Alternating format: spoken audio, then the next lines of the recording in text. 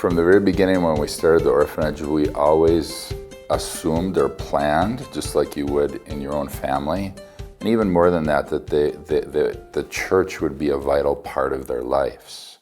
So in the very beginning, we had a church that we visited, that we tried to become a part of, that we tried to have the kids become a part of. But as the orphanage grew, we became sort of a burden for the church. And it became more and more apparent that the church just did not have the vision or the heart for the orphanage or for the orphanage kids or our staff. And it actually began to become sort of a wounding point for some of the staff and the kids, because they began to feel some of this rejection and other things that happened. Eventually we got to a point where we felt like the Lord was calling us to move on. And we, quietly, peacefully, as much as we could, left that church and just, became an orphanage. We did our own devotionals.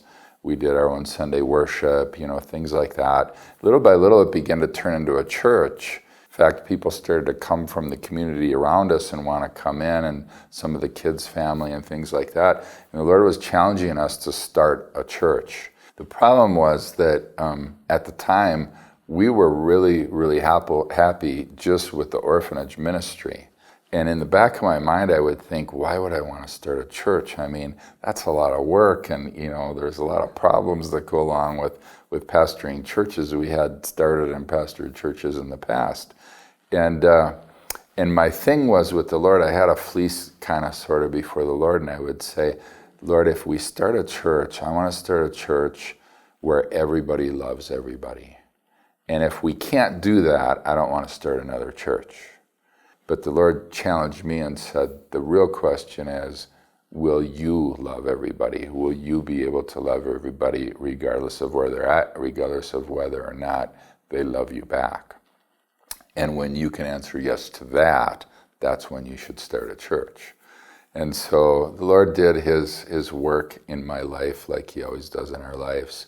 And we really felt at a point called really to plant another church and to make that also an integral part of the ministry, to have the kids be involved in the church, to have the church be involved with the kids. And I can't even begin to enumerate the blessing that it has been, the amount of blessing that it has been. There's so many different ways, from financially supporting the ministry to physically supporting it with work and people and staff, to supporting it with goods in kind, and just for the kids to have a family outside of the orphanage. It really adds a balance to their lives, to be able to go outside like normal people do and have other relationships and other involvement with other Christian people. There's people at the church that have really befriended the kids, like aunts and uncles or grandmas and grandpas, et cetera, et cetera. It's so much so that if we would allow it at Christmas time, the kids would all be gone, because they'd be invited to somebody's house. But we actually want them here with us so we can have Christmas together. And simple things like our entire staff of teachers now comes from our church.